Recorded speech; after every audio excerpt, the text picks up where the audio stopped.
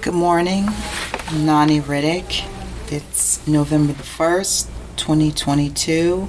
I'm interviewing Sister Mary Hayes, Trinity, Washington University. Good morning. Good morning. How are you feeling today? Pretty good. That's good. That's great.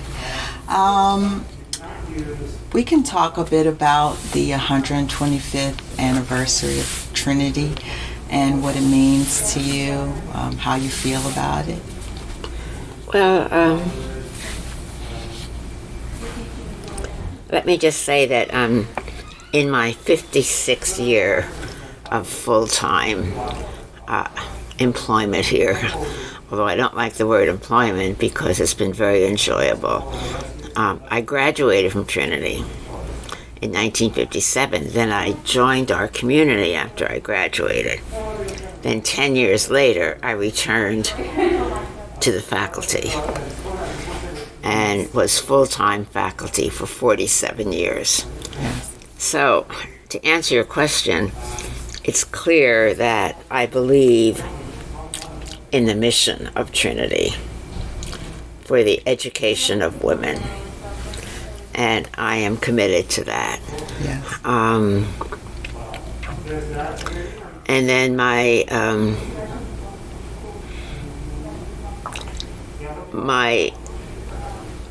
background, my family history, is such that almost from the very beginning of what I can remember clearly, my parents had the seeds of what today we would call a social justice orientation. Oh. And they passed that on to us. Yes. So, so all of that is brought together when I returned to Trinity as a faculty member, and I began working with students. Yeah. And then when in 1968 it was decided that Trinity had to offer a course in what was then called Negro history, my department just fingered me. You know, that was that. Why would they do that? Well, because of it's in that because I had been active throughout my time in grad school in the movement. Ah. And not as a leader, as a participant. Okay. So, By the movement, do you mean the civil rights movement? yes,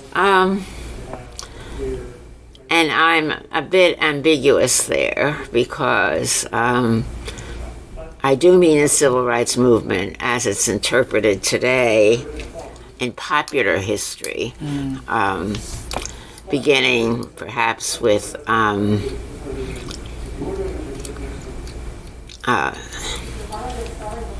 the Montgomery bus boycott and Emmett Till's death. Yeah. But I, and many historians, we go way back. I see the civil rights movement really beginning with the leadership of African men and women in the 1880s. I mean, you could go all the way back to the resistance of slavery. But clearly in the 1930s, particularly in this city, there was already resistance, protest, boycotts, which led to success. Yes. And then in the 1940s, the students at Howard, particularly the young women students, began the process of trying to desegregate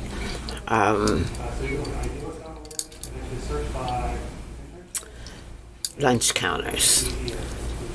In those years, and I still remember this growing up, you'd go into what we call then 5 and 10s, like Woolworth, Yes. And the 5 and 10s had lunch counters Yes. where you could get coffee or a hot dog, Yes. something like that. And it was those lunch counters that the Howard students began to try to desegregate. Yes. So for me, the civil rights movement was seeded way back. Yes. And then the 50s and 60s, okay, that's fine. And I go with that. You know, I say this to sort of give recognition to people's awareness of what began to happen Yes. in 1955. But it already existed. Very much so. Yes. Why? I mean, in Montgomery, the woman in Montgomery, King walked into a network that already existed. Right. Right. And they could never have pulled off the Montgomery bus boycott had it not been for the women. The Yes. women Yes. Yes. who organized it. So, you know, I'm fine with the popular designation of the civil rights movement as 1955 on, but I just say the civil rights movement was 1955 to 1966. Mm-hmm. And then we have to talk about the Black Power movement. Yes. So I go way back to the 1880s. Yes, you do. Or you could go back to the efforts in the 1840s before the Civil War in Boston on the part of abolitionists, black abolitionists, to integrate public transportation in Boston. Yes. So Yes. anyway. And this is what you taught your students here, Absolutely. Trinity. All this is my Black history. Yes. All of that. Yes. And how was it accepted when you were teaching about Black history here? Oh, very well accepted. I mean, the Trinity students were alive to everything that was going on. Yes. And the first time I offered the course,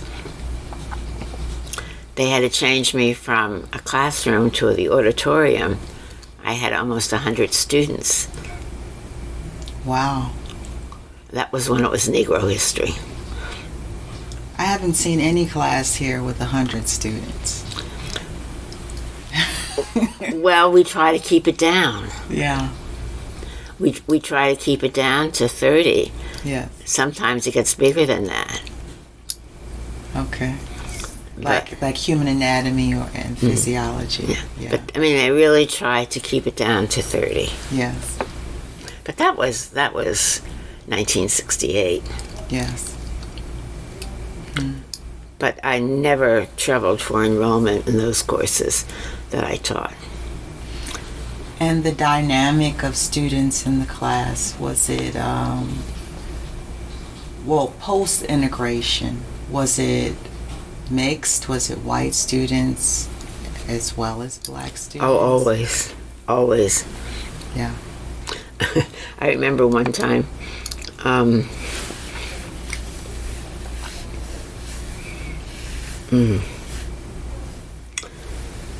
it may have been in the mid-1990s.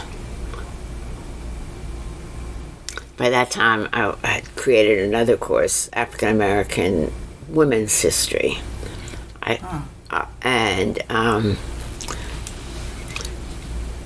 And so it was 1:30 in the afternoon, and they're always mixed, Black and white students.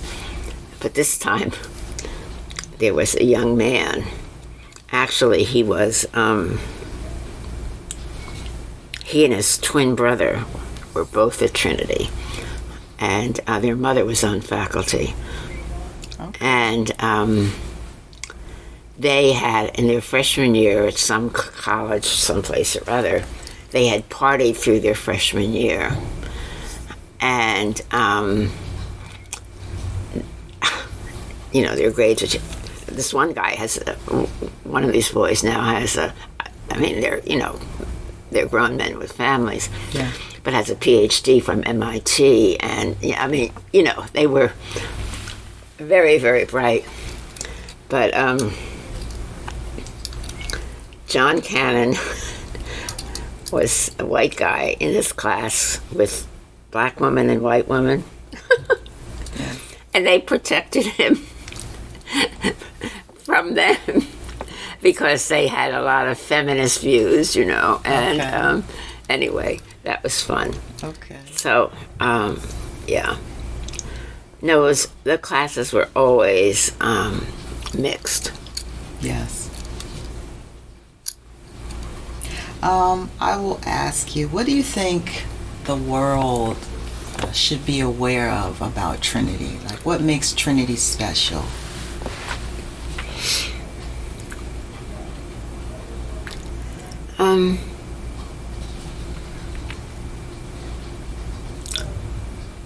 I think you saw it at this weekend, the 125th celebration, that there is a sense of family, of communities, maybe the better word. And it's so interesting that I was exhausted on Saturday by the end of the day Yeah. because so many of the alums who returned were my former students, and they all came to greet me. Yes. And it was very hard to pay attention because I'd be talking to these two, and then there'd be two or three behind them. You were swarmed. Yes, and it's very, very difficult Yes. to listen, to be attentive. But I do remember one, Donna Bradshaw, class of '89, and Berthe Labatiere, Haitian. Yes. And so I was with a group of, I don't know whom, and Donna and Bertha came up. And they were astounded that I remembered them. Well, I remember Donna because she was a graduate from our high school on North Capitol and K. And Bertie, I remember because I knew she was interested in healthcare. And she's now a podiatrist, and she has a practice on Georgia Avenue. But what they said,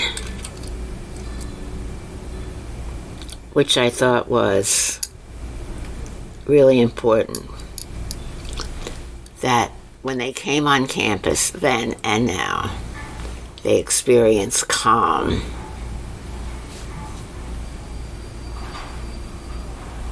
I'll agree. I can attest to that. Yes. And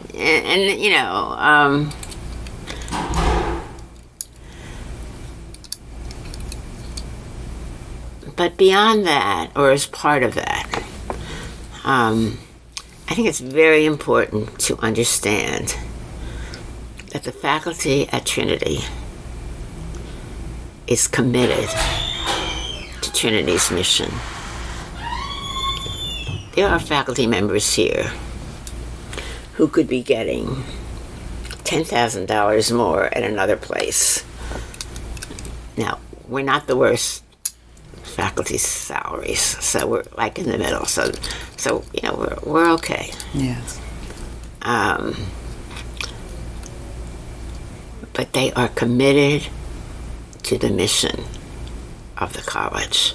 Yes. Colleagues who are writing, publishing, leaders in their profession, but they're committed to our students. Yes. And that was true when I was a student here. And it's been that way forever. Yes. So I think what the world should know is the people who stay, particularly the faculty, have a commitment to Trinity's mission. Yes. Could you talk a bit about the mission, particularly? I don't think a lot of the students who currently go here probably understand what Trinity's mission is. Well,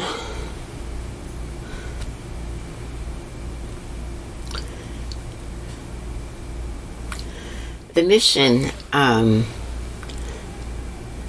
Trinity's mission, I think, is rooted in the values of the Sisters of Notre Dame de Namur, which was sponsoring community. And there are only 3 of us here now.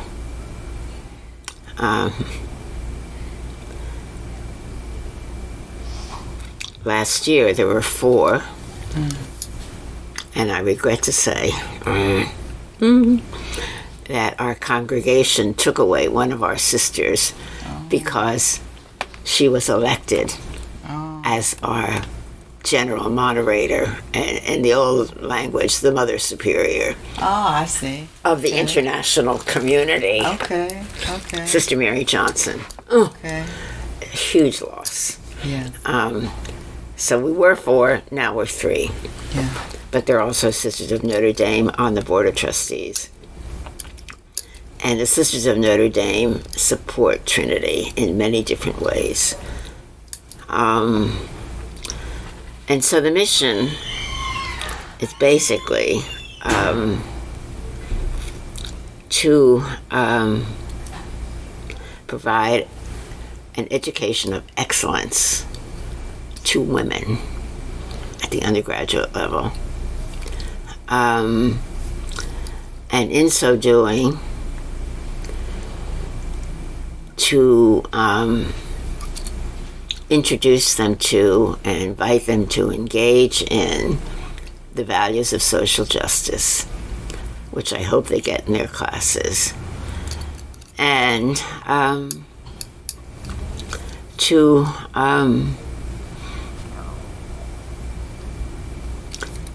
ask women to be serious about their faith. It does not have to be Catholic. It has to be Baptist, or Hindu, or Muslim, or AMA, or Roman Catholic. But to be, whatever it is, to be serious about it. Yes. And then, sort of as a practical side, to admit underserved populations. And from 1897 to 1970, the underserved population was women. Yeah. And it continues today. The difference is that today, underserved women tend to be women of color. Trinity is 55% African women, whether it's Afro-Caribbean, African, African-American, 30% Hispanic, and then maybe 15% mixed race, hard to know. And then a very small minority today would be Caucasian. But the problem is that that has been a consistent to educate women, underserved women, who would have a difficult time getting an education. Yes. But that's always, and then the other part of our SND mission, Action on Behalf of Justice, is a constituent of the gospel. So, Yes. and our president in public is constantly talking about those values. Yes. I could see that. That's very important. Now, you're in the nursing program? I was in the nursing program, but I am a English major. Oh. And I minor in history. That's a switch.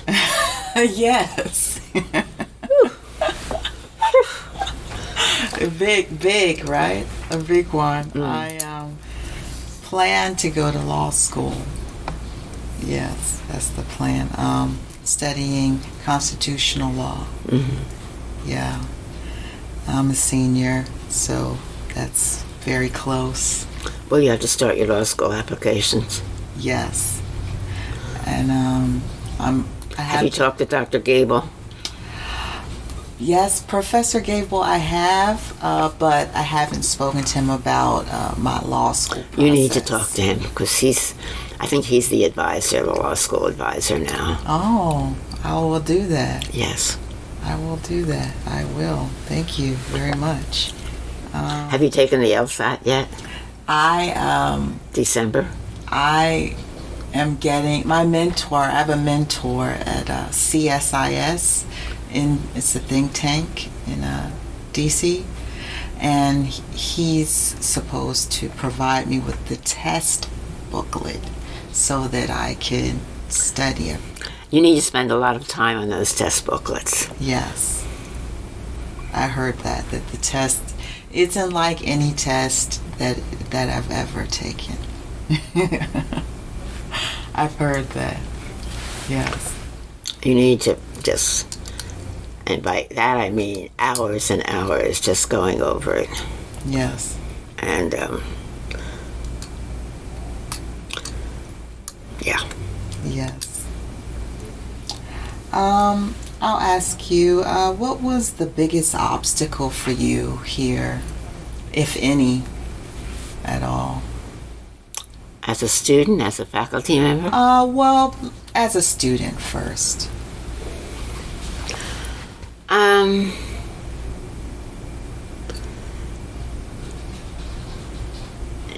Not really any that I can. I grew up in Roman Catholic culture of the 1950s. And Where did you grow up? northern New Jersey. Oh. Yeah. Okay.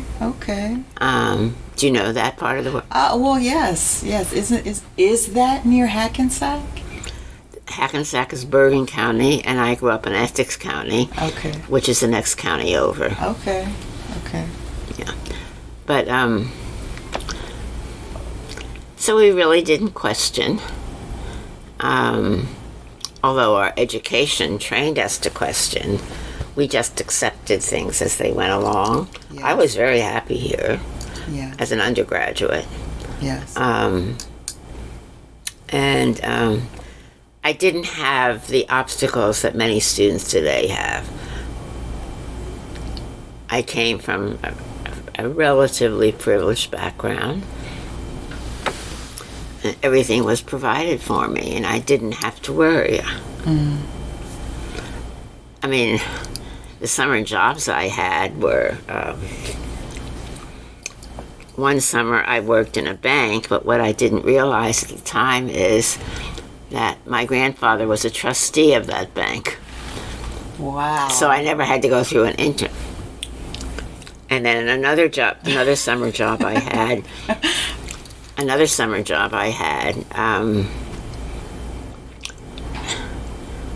all I had to do was show that I had a lifeguard badge, I was a lifeguard one summer. Yeah. So you didn't get much. In other words, the pay I received was minimal. I did not need a position that would help pay the rent or pay for my daughter's food or Yes. or help the parents. Yeah. So I never really had obstacles as a student here. Yes. Did you experience obstacles as a faculty member here? Well, I would say that I can speak only for myself, but I suspect that all my colleagues are the same, that the biggest challenge is learning how to teach. And that is a never-ending challenge. How do students learn? How do I engage students? How do I help them without crushing them? How do I encourage them but yet tell them that they have to stop writing sentence fragments? Right. That they need to, how do I keep on helping them to know that there's a difference between an introductory statement and a thesis? Right. Yes. And how do you keep pounding that home and helping them master that? Yeah, that's a big deal. I think that's a big deal currently with a lot of students. It doesn't end. Yes. So, and today social media doesn't help because social media has its own new language. Right. And students are accustomed to that. Right. I remember 15 years ago when I was every once in a while, for about 5 years, the English department asked me and another colleague in history to teach those introductory English courses. And we were asked to do that because, as you well know, historians are writers. Yes, very much so. I mean, more historians win Pulitzer Prizes than English majors. Yes. I mean, that's just the way it is. And so I can remember when email was just starting to be used widely. I mean, this is before Facebook. Yes. And I can remember students already developing a new language. And I would have to say, no.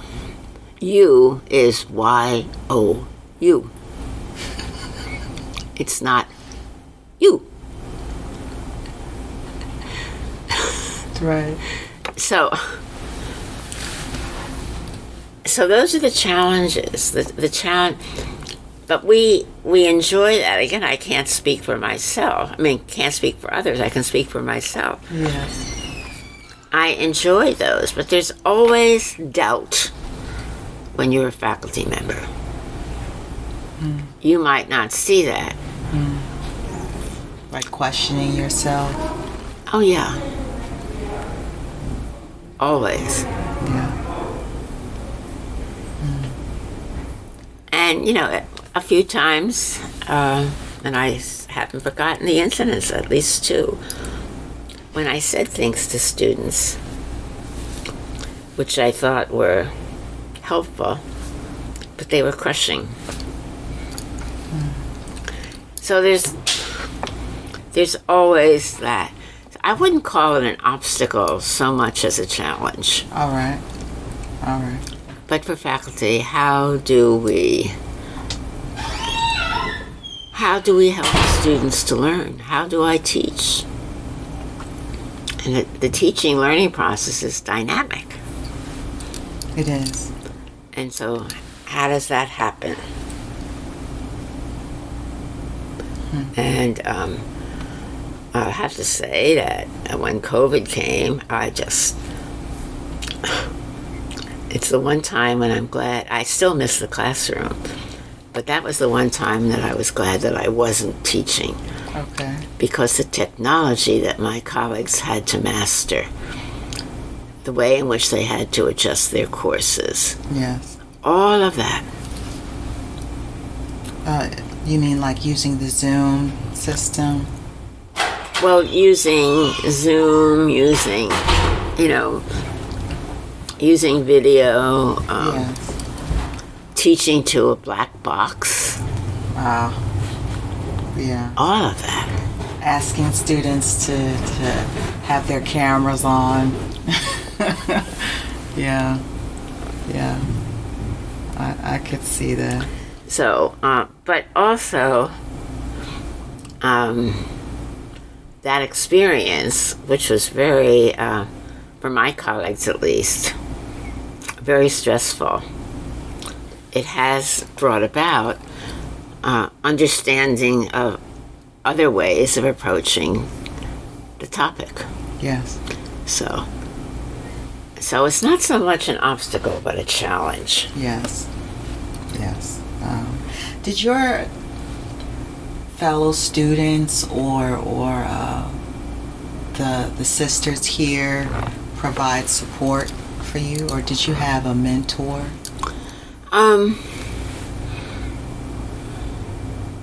As a faculty member? First as a student. Well, in the 50s, I think the answer is pretty much no. You were just expected to, you always had your major professors, and there was always help in making application to graduate school. But it wasn't until the 60s that extensive programs developed in student services. Yes. As a faculty member, did you have all kinds of supports. Yes. Colleagues today, there's a structure, a support structure that begins from the day the new faculty walk on campus, and they'll have somebody to work with. And then faculty governance lays out all the stuff you need to know. Yeah. And then there are people helping with that. All kinds of colleagueship. Formal mentoring through the structures and informal mentoring. Lots and lots. Yeah. And lots. Sounds like a real community, like you mentioned. It is. I heard a bit about, or a bit from some of the alumni, like how their mothers, sisters, cousins went to this school, and how they were primarily Catholic. So was this school like the school that most Catholic young women would attend? Okay.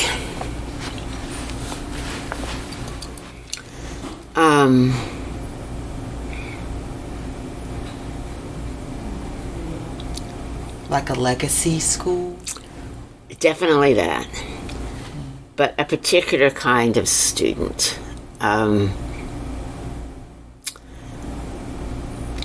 Trinity always had a reputation, which was well deserved, that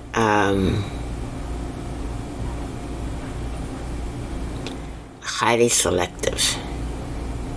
Not by class, not by money.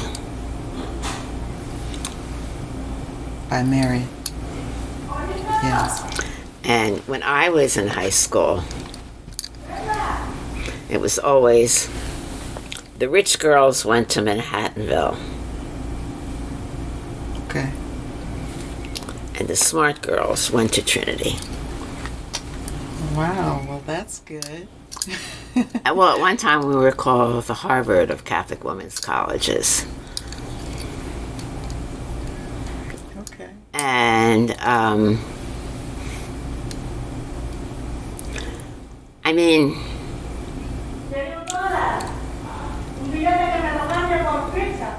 think of it this way. Yes.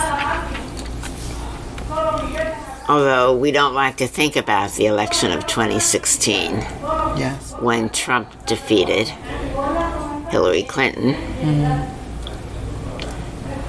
Trump's campaign manager and Hillary Clinton's campaign manager were Trinity grads. Really? Okay. Have you heard the name Kellyanne Conway? Yes. I She's a have. Trinity grad. She is? Class of 1989. She is very famous. Nancy Pelosi? Yeah. Well, yes. That's- I tell all my family about that. Yes. At one time, about 10 years ago, some of these women are now retired, but at one time we had 22 women on the bench as judges, all levels, Yeah. state Supreme Court, appeals court, Yes. federal bench, and then the lower. Are you from the district? I am from Philadelphia, Pennsylvania, Oh. and raised in Hampton, Virginia. Oh. Yeah. Well, they're now senior judges, Yeah. but two members of the D.C. Yeah. court, Pat Broderick Okay. and Jeanette Jackson Leonard, Okay. are Trinity grads. So Trinity represents excellence for women. And, you know, you have to be open-minded about it, and we certainly are. But the now president of the Senate and the Florida legislature is a Trinity grad. Okay. I think students should be aware of that. Like, it would be great if those alumni would tell us that. Well, the problem is that the Alumni Association does have a website, and they have all these famous. But my experience is that these are not the places where 12-year-olds to 25-year-olds look. Like, Exactly. They don't. we're not on. I mean, I'm amazed. When I was teaching, I had trouble with students with phones. And and this is really funny. So one time I was so frustrated, and I stopped the class and asked if they would put their phones away. And I said, now when I'm asked to write a letter of recommendation, and you're spending the class time on your phone, what can I say? And then this student burst out, and then we all laughed so hard, I really almost had to go to the bathroom. She said, well, you can say she's a good typist. That's good. That's a good one. It's true though. Yeah, I like that. I will say, is there anything in particular you would like to speak about? Anything you think that the Trinity community would value? Well, I think that I've already mentioned this, Yes.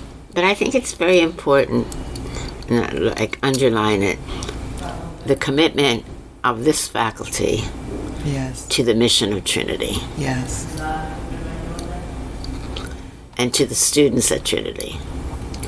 Okay. As President McGuire said several times at the setting up of this year, Trinity exists for its students. That's profound. Well, thank you for your time Okay. today. Do you want to know anything about my civil rights involvement? Well, please, yes. Uh, Trinity would love that information. Well, my first march was in 1963, Okay. and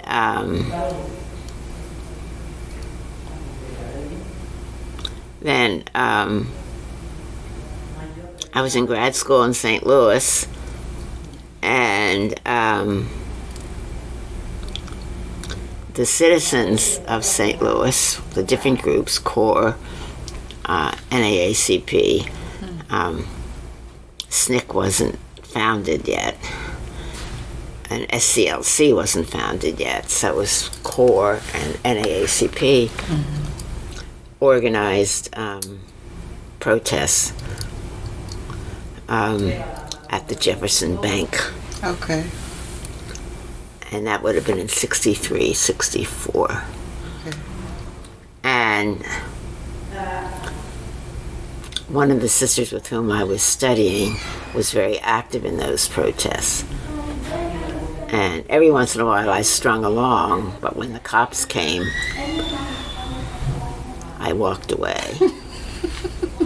Because I didn't know what my community would think. Yes. Little did I know that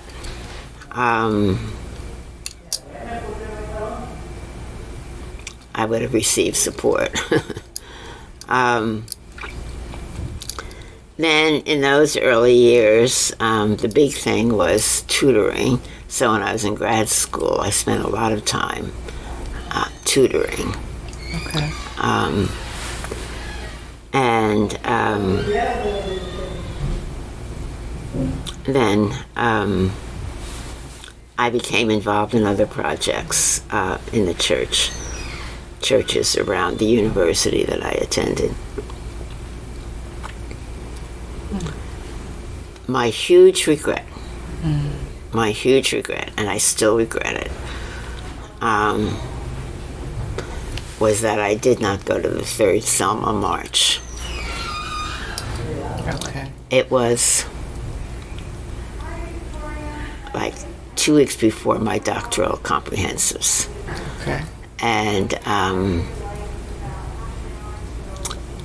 the thought of traveling to Alabama from St. Louis was a bit much for me. Right.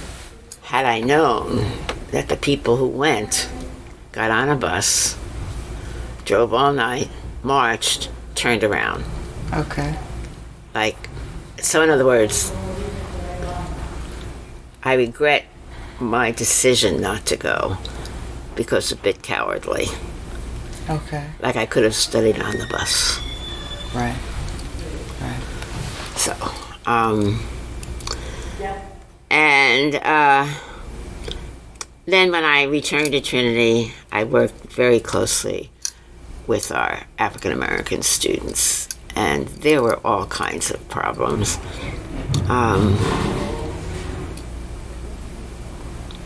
In those years, the term racism was just coming into being. It really wasn't used widely.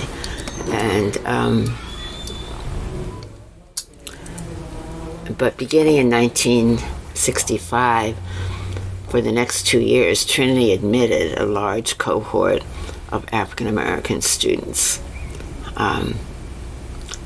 between 19 and 25 in each class. Okay.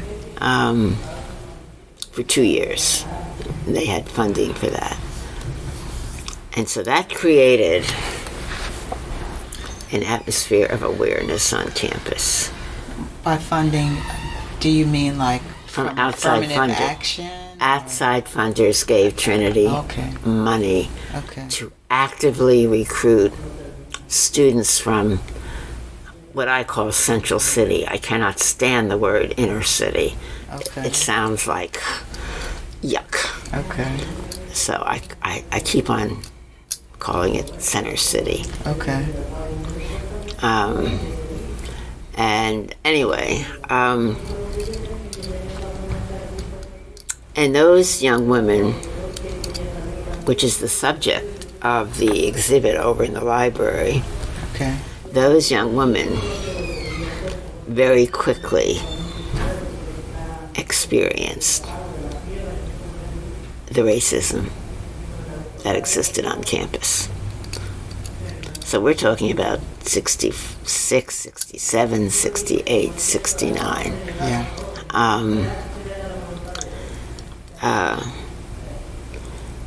But those students succeeded.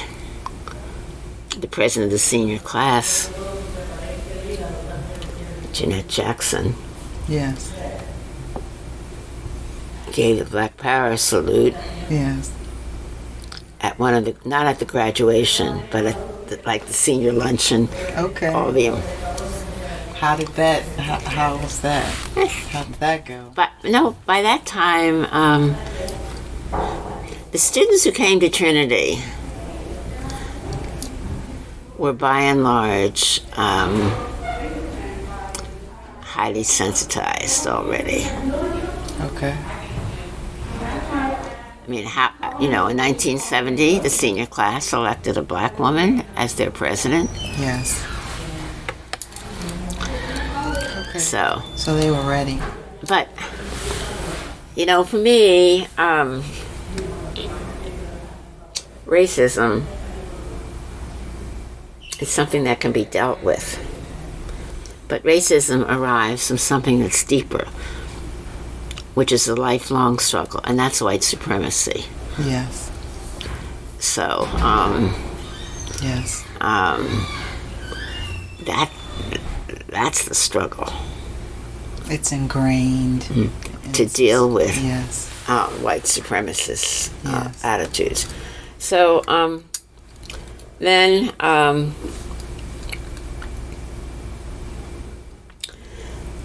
because I was active with the African American students, I was one of the contacts with the organizers of the Poor People's Campaign. And so they used to come and organize the students. This was before King's assassination. And then after he was assassinated, there was a lull in the Poor People's Campaign, but it finally picked up again. But by that time, although students were organizing, it was the end of the spring semester and students were going home. Now, I personally was involved. For about a week, every day, I went down to Resurrection City. So, Wow, we're learning about that in history currently, in Dr. Wright's class. Mm-hmm. That's the subject. yeah, I was supposed to be part of the Freedom Schools, and that was one part of the Poor People's Campaign that was not well organized. I think I did a little bit of it, but at that point it was very discouraging because it had rained a lot and the mall was muddy. It was a mess. Yes. But, I tried to be faithful, and so I kept on going down. So,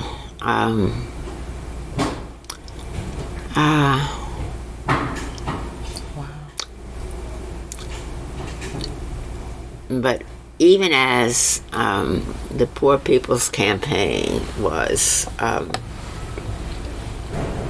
occurring, the anti-Vietnam movement was taking hold. Right.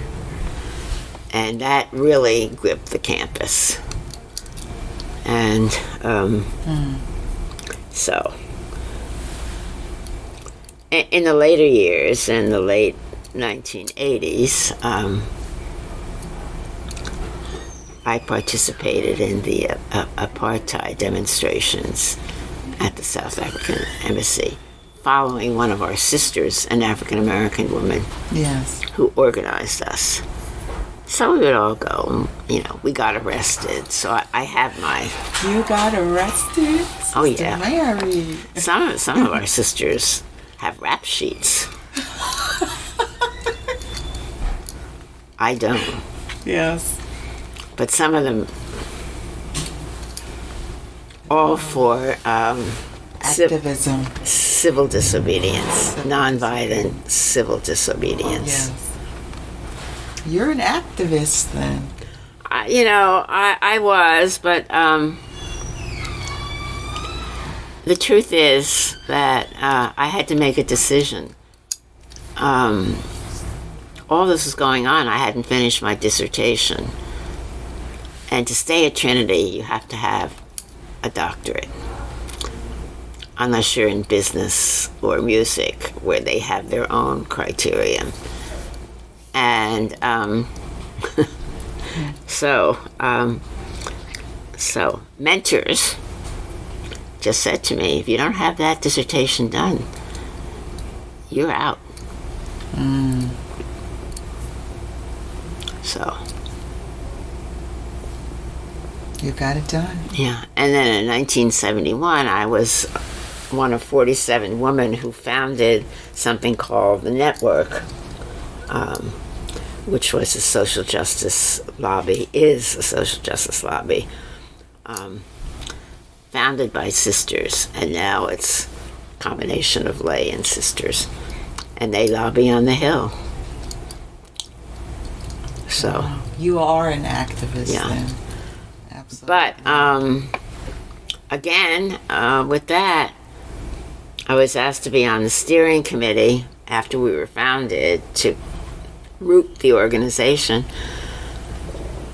And I walked away from it because I had to finish the dissertation. So basically, I made a decision in 1971 to academia. To the young minds. Yes. So yeah, Trinity was very active. And a lot of the activity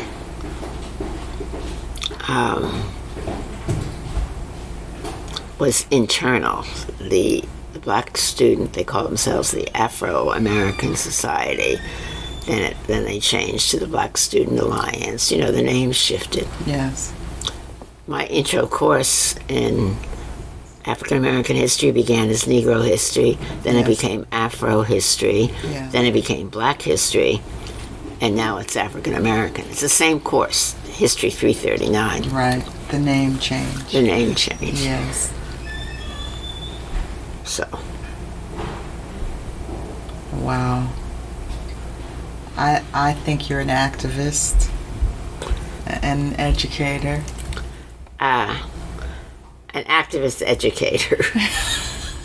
But as I got older, like I remember going to a march, maybe 2002, 2003, and I fell. And that was the end. Like, I'd like to have been in a lot of these George Floyd marches. And Yes. I couldn't manage more than 2 blocks. Right. So, Well, I think you've done much. Yeah. Yeah. You've fought the good fight, I would say. Yeah. Now, I was helped a little bit. My baby brother, now deceased, Yeah. I'm the oldest. He was the youngest of 5. I'm the oldest of 5. Yeah. Was a reporter for the Newark Evening News during the Newark riots. And he covered the 1967. He covered those riots. That was messy, wasn't it? Pardon? That was messy. The Newark Yes. riots were. And my brother would always say that the full truth will never come out. Particularly in the number of, I think that the official death toll was 34. And he says, It was much more than that. Yeah, I think we've grown as a nation, but we still have more growing to do and recognizing. Yeah, yeah. But I think you're a pioneer. Well, I was part of a community of pioneers. All right, and very humble. No. You are. No, but I was not. Yeah. The only thing I ever did that was out there, another friend and I called a meeting of the Sisters' Council of the Archdiocese of Washington on women in the church Okay. to educate the nuns. Okay. Okay. But that was about the only time that all the other times I was part of, Okay. Okay. But this time, that was the one time that my friend and I took active leadership in educating others about women's rights. That's right. Would you call yourself a feminist? All right. But the only thing that the hardcore women in the feminist movement and all the organizations, they have problems with Roman Catholic sisters because they know we can't publicly support reproductive rights and freedom. Like, so. Yes. So we're like dismissed because we're not pure. But we have our fights, like women in the church. Yes. A constant struggle against the patriarchy. Yes. So like, the women's movement is not 100% open. Yes. I mean, I know there are Catholic organizations where, Pax Christi, for example,